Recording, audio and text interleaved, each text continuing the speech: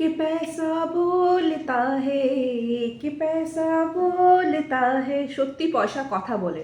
যখন আপনি financially strong, Lakshmi দেবীর কৃপা যখন আপনার উপর অফুরন্ত, তখন দেখবেন কত রকমের আত্মীয় আপনাদের আশেপাশে, কত রকমের শুভাকাঙ্ক্ষী আপনাদের আশেপাশে ঘিরে রয়েছে।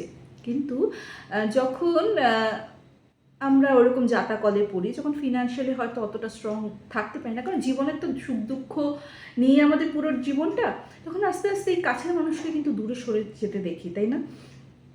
মানে তখন কিন্তু কাছে কেউ পাওয়া যায় না। ইনফ্যাক্ট আমি এরকমও শুনেছি বা দেখেছি যে ভুল কিন্তু তার ছিল না, এত অপমানিত হতে হয়েছে বিকজ ও ফিনান্সিয়ালি স্ট্রং ছিল না বলে ওর হয়ে কিন্তু কেউ কথা বলার ছিল না। অথচ পরে কিন্তু সবাই বলছে না, দোষ তো তোমার ছিল না, ওনার বোঝা উচিত ছিল, উনিই তো ভুল করেছিলেন।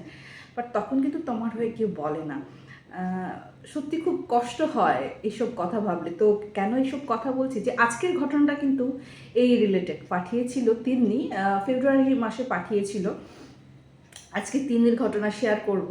অ্যান্ড সত্যি মানুষের কতগুলি মুখোশ হয়, এবং আমি বলবো কি জানেন তো, খারাপ সময় আসাটা খুব দরকার, তাহলে মুখোশধারী মানুষদেরকে খুব ইজিলি চেনা যেতে পারে। আমি তো বলবো, আমি তো চিনতে পেরেছি, খারাপ সময় আসা কিন্তু খুবই দরকার, আমার মনে হয় সেটা।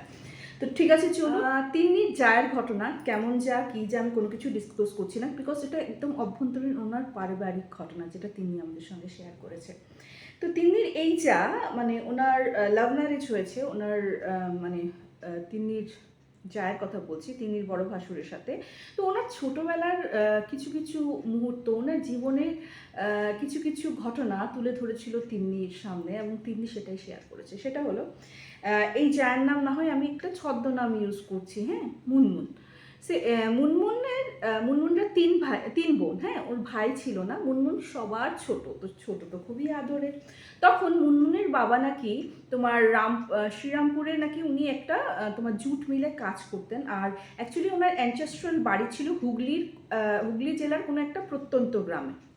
তো আঙ্কেল, মানে মুনমুনের বাবা কথা বলছি, আঙ্কেল কিন্তু মানে জুট মিলে প্রচণ্ড একটা ইউনো একটা পজিশন হোল্ড করতেন। ওনার কিন্তু স্যালারি প্রচণ্ড ভালোই ছিল, খুবই ভালো ছিল। এবং শ্রীরামপুরে কিন্তু ওনাদের নিজের বাড়িও ছিল, হ্যাঁ, বাড়ি ঠাড়ি করেছে। ইনফ্যাক্ট মুনমুন্দি মানে তিন্নিকে বলেছে যে, জানো, যখন আমরা হুগলির বাড়িতে যেতাম, আমরা যখন যেতাম তখন পুরো আমাদের রিলেটিভ আমাদেরকে আঁকড়ে ধরতো, আমার জ্যাম্মারা, আমার কাকিরা, ইনফ্যাক্ট আমার পিসিরাও চলে আসতো, যারা অন্য গ্রামে থাকতো। এবং মাকে তো প্রচুর প্রচুর গিফট দিত, ইনফ্যাক্ট সোনাও দিত, এরকমও গিফট। তো ওর মাও নিয়ে যেত সবার জন্য, ডেফিনেটলি। বাট কি হয় বলো তো, এই বলে না, আমার ঠাকুমা একটা বলতো কথা, যে তেল্লা মাথায় তেল দেওয়া, মানে অলরেডি যার আছে তাকে দাও, কিন্তু অথচ যার নেই, হয়তো ওদের ফ্যামিলিতেও তো এরকম অনেকেই আছে যে তো হয়তো অতটা ফিনান্সিয়ালি স্ট্যাবল না, ওদেরকে কিন্তু কেউ দিত না। আমার মনে হয় এটা একমাত্র কারণ হলো যে সে তো জানে যে সে ফিনান্সিয়ালি স্ট্রং, এক্সপেকটেশন থেকেই কিন্তু মানুষের দেয় যে আমি ওকে দেবো, এর পরিবর্তে ও তো আমাকে আরও ভালো জিনিস দেবে, বিকজ ও তো আমার থেকে ফিনান্সিয়ালি স্ট্রং। ওই এক্সপেকটেশনের বশবর্তী হয়েই কিন্তু মানুষ বোধহয় এই কাজগুলি করে, অ্যাগ্রি কিনা বলো তো? ইনফ্যাক্ট ওর ঠাকুমা, মুনমুনের ঠাকুমা, মানে অন্য নাতি নাতনিদের যেরকম ট্রিটমেন্ট দিতেন না, পুরোপুরি টোটালি এই তিন বোন গেলে না পুরো আলাদা ট্রিটমেন্ট, মানে ওদের জন্য ভালো ভালো খাবার হোক, হোক। ইনফ্যাক্ট ওদের জন্য যখন ওরা মানে জানতেন যে এই এখন ওনার ওই ছেলে আর তিন নাতনি আসবেন, স্পেশালি কিছু কিছু জিনিস বানিয়ে রাখতেন, যেটা অন্য নাতনি যদি খেতে চাইতেন, না তোর জন্য, তোদের জন্য না, তোদের জন্য না, ওদের জন্য। ইনফ্যাক্ট মুনমুনদের কাজিনরা ওদেরকে বলতো, বাবা ঠাকুমা আসলে তোদের কি ট্রিটমেন্ট, কেমন ভালোবাসে তোদের খুব ভাগ্য ভালো রে, ঠাকুমা তোদের জন্য এত কিছু করে, আমাদের জন্য তো এত কিছু করে না। অবভিয়াসলি বাচ্চা মানুষ যখন ডিফারেন্সিয়েট দেখছে ওরা করছে, তো ওদের মনে তো এই প্রশ্ন আসবে, আর বলবেই, তাই না? তো এরকমই চলতো। তো এই 3-4 দিন ওরা খুব ভালো স্পেন্ড করে ওরা আবার চলে আসতো শ্রীরামপুরে, ঠিক আছে? তো আমি বললাম না, আমাদের লাইফ সার্কেলটা কিন্তু সবসময় স্মুথলি রান হয় না, এবড়ো খেবড়ো রাস্তায় কিন্তু আমাদের যেতেই হয়, তাই না? এরকম একটা সিচুয়েশন ওদের লাইফে আসলো, যখন মুনমুনের বাবা মানে আঙ্কেল একদিন ওনার জুট মিলে গিয়ে দেখলেন যে তালা পড়া, তালা লেগেছে, জুট মিল বন্ধ হয়ে যাচ্ছে। তো উনি ভাবছেন হয়তো শ্রমিক অনেক সময় ছাঁটাই ফাটাই করার জন্য হয়, তো উনি ওনার কথা ভাবেননি যে ওনারও এরকম হবে। তো যাই হোক, উনি তো তালা খুলছেন না। পরে উনি যখন ফিরে আসতে যাবে, ওই অফিসেরই একজন মানে বড় কর্তা ওনাকে একটা চিঠি দিয়েছেন, যেখানে লিখেছেন যে জুট মিল বন্ধ হওয়ার জন্য, মানে বন্ধ হয়ে যাচ্ছে বিকজ অফ ফিনান্সিয়াল ক্রাইসিস, আর জুট মিল চালানো যাচ্ছে না। তো এটার জন্য ওনাকেও কিন্তু চাকরির থেকে মানে সবাইকে আর কি রেহাই মানে আই মিন টু সে বের করে দেওয়া হলো।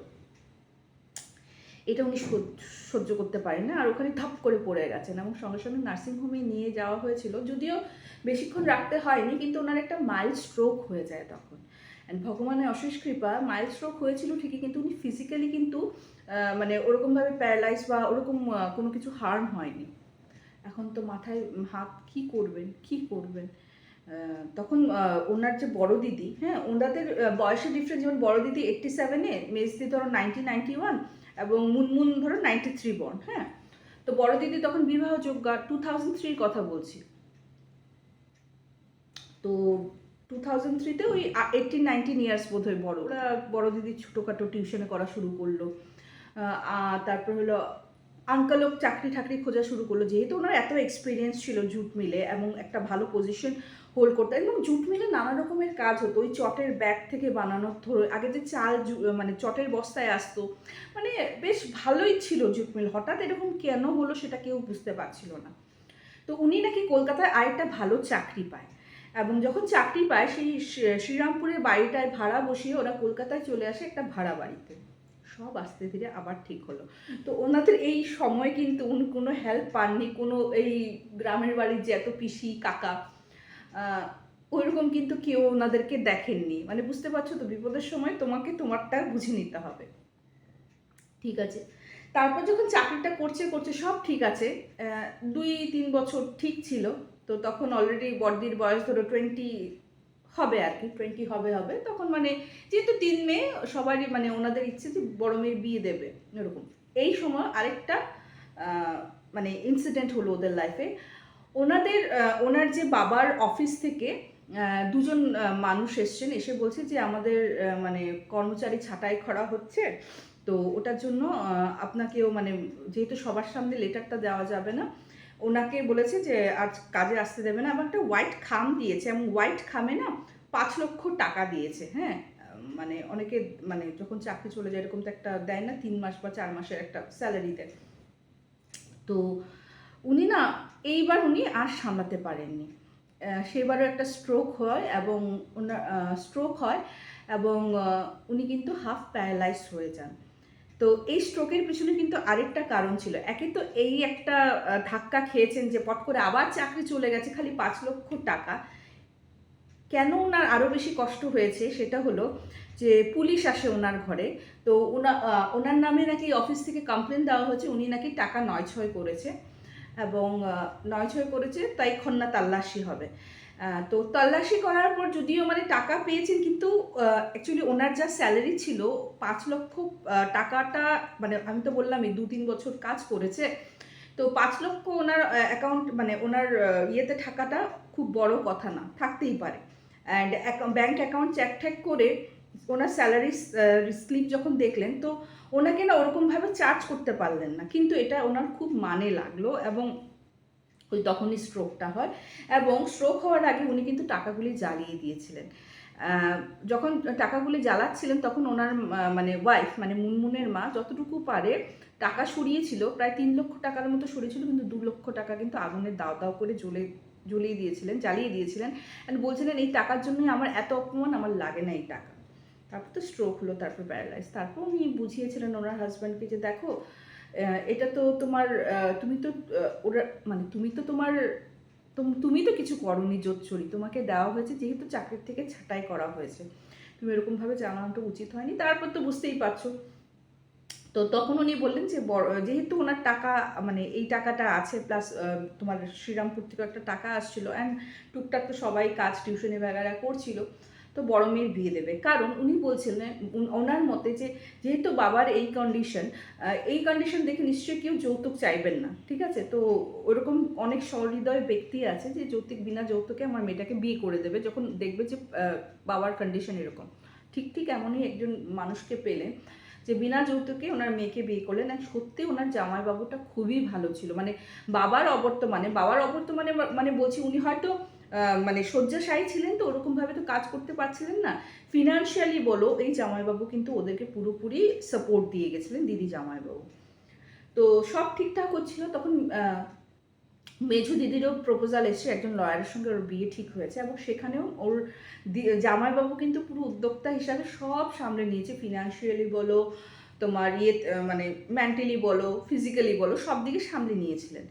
এবং মানে বেশ ভালো। ইনফ্যাক্ট মুনমুনকেও নাকি ও বড় জামাইবাবু 3-4টা শাড়ি কিনে দিয়েছিলেন, মানে এতটাই ওদের মানে বলতে পারো যে বাড়ির ছেলে হয়ে গেছে। তো তখন কিন্তু ওর বড়দি প্রেগনেন্ট ছিল, তো দিদিরও বিয়ে হয়ে যায়। তো মুনমুনদি বলছে যে, মুনমুন যেটা বলেছে যে মানে বড় জামাইবাবু যেরকম ওদেরকে সাপোর্ট করেছে, ছোট জামাই কিন্তু ওরকম ছিল না, মানে ছিল বিকজ উনি লয়ার ছিলেন, ওনার প্রচণ্ড কাজ বাগেরা ছিল। এর মধ্যে আবার ওদের জীবনে একটা দুর্যোগ নেমে আসে, সেটা হলো ওর বড়দি, মানে ওর তো প্রেগনেন্ট ছিল, উনি কিন্তু মারা যান, ওনার বাচ্চাটাও মারা যান। এবং আফটার দ্যাট নাকি ওই বড় জামাইবাবুর সঙ্গে ওদের একটা ডিট্যাচমেন্ট চলে আসে। এটারও একটা কারণ ছিল, কারণ মুনমুনের মা কিন্তু প্রচণ্ড আহত হন, কারণ ওনার কানে একটা কথা এসেছিল যে এই বড় জামাইবাবুর বোন সবাইকে বলে ফিরছেন যে ছেলে নেই তো, আমার দাদাটাকে জাদুটোনা করে ব্ল্যাক ম্যাজিক করে নিজের বশে এনেছে। হ্যাঁ, ওটার জন্যই আমার দাদা মেঝু মেয়েটাও খুব বিয়েতেও প্রচণ্ড খরচা বাগেরা করেছে, যেটা হয় আর কি, যেটা মানে অনেকেই করে থাকেন, আমি কি বলবো আর, বলতেও সত্যি কেমন লাগে না। তো এই কথা যখন শুনেছেন উনি প্রচণ্ড আহত হয়েছেন, এবং ততদিনে বোন কিন্তু দাদার কানে এসব দিয়ে দিয়ে আলটিমেটলি ওদের সঙ্গে ওদের মানে বড় জামাইবাবুর রিলেশনটা পুরো ছিন্ন হয়ে যায়। এবং ছিন্ন হওয়ার আগে ওই দিদির যে বিয়েতে যা যা গয়নাগাটি দিয়েছিলেন ওনারা রিটার্ন দিয়ে দেয়, এবং ওনারাও রিটার্ন নিয়ে আসে। ঠিক আছে, এবং এরকমভাবে চলছিল। তো উনি খুব বুদ্ধিমতী ছিলেন, উনি শ্রীরামপুরের বাড়িটাই নাকি 2টো ভাড়াটিয়া বসিয়েছিলেন, এবং উনি না প্রচণ্ড সঞ্চয়শালী, কীভাবে হয় না, অনেক বুদ্ধি দিয়ে দিয়ে দিয়ে কিন্তু সংসারটা চালিয়ে যাচ্ছিলেন। এবং তারপরে তো ওর যার সঙ্গে ওর বড় ভাসুরের দেখা হয়, বড় ভাসুরকে খুলে বলে, এবং এই মার্চ মাসেই নাকি ওনাদের ফ্ল্যাটের একটা গৃহপ্রবেশ হয়, 3 BHK ফ্ল্যাট কিনেছেন, মা কিন্তু ওনার সঙ্গেই থাকেন। তো এই ছিল একটা ঘটনা, মানে এই ঘটনায় এটাই বোঝা গেল যে যখন পয়সা থাকে কত মানুষ কাছে চলে আসে, তোমার কত শুভকাঙ্ক্ষী পাও তুমি, কিন্তু যখন তুমি একটু জাতা কলে পড়ো না, আস্তে আস্তে সেই শুভকাঙ্ক্ষীরা কোথায় ডানা লাগিয়ে কোথাও উড়ে যায়, তাদেরকে কিন্তু টিকিটাও খুঁজে পাওয়া যায় না। সম্ভব কিনা বলো তো? সত্যি প্রচণ্ড অন্যরকম ঘটনা, অনেক ঘটনা আসছে।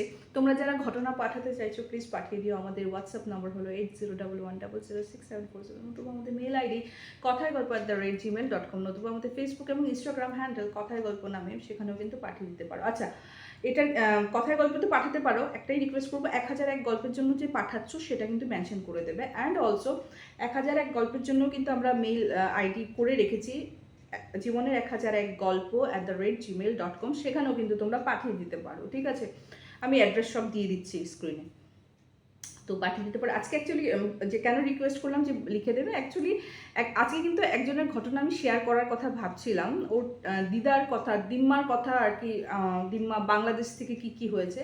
তো প্রথমে 1001 কথা তো লিখেছে, তা কিন্তু কালকে যখন ঘটনাটা পুরোপুরি আমি শোনার পর দেখলাম যে এটা 1001 জন্য নয়, এটা কথায় গল্প ভুতুরে আড্ডা স্টেশনের জন্য অ্যাপ্রোপ্রিয়েট ঘটনা, কারণ এখানে কিছু কিছু ওইরকম ঘটনা ও উল্লেখ করেছে যেটার জন্য ওদের পুরো জীবনটা বলতে পারো ডিস্ট্রয় হয়ে গেছে। তো ওটা বোধহয় আমি লাইভে শোনাবো। তো কথায় গল্প ভুতুরে আড্ডা স্টেশন, যেটা আমার মেইন চ্যানেল, সেটাও দেখতে ভুলো না। আর এখানে কিন্তু ভৌতিক নয়, এখানে তোমাদের জীবন সংগ্রাম বা জীবনের কিছু গল্প বা জীবনের ঘটনা, যেটা হয়তো অন্য কোথাও তোমরা শেয়ার করতে পারো না, যেখানে যদি নাম প্রকাশে অনিচ্ছুক হয়, ডেফিনেটলি নাম প্রকাশ করা হয় না, এখানে নির্দ্বিধায় পাঠিয়ে দিতে পারো। তো কেমন লাগলো কমেন্ট সেকশনে কমেন্ট করতে ভুলো না, সবাইকে শেয়ার করো, সাবস্ক্রাইব করতে ভুলো না। তো চলো আজকের এপিসোডটা আমি এখানেই শেষ করছি, খুব তাড়াতাড়ি দেখা হবে। Till then bye bye, see you soon, নমস্কার।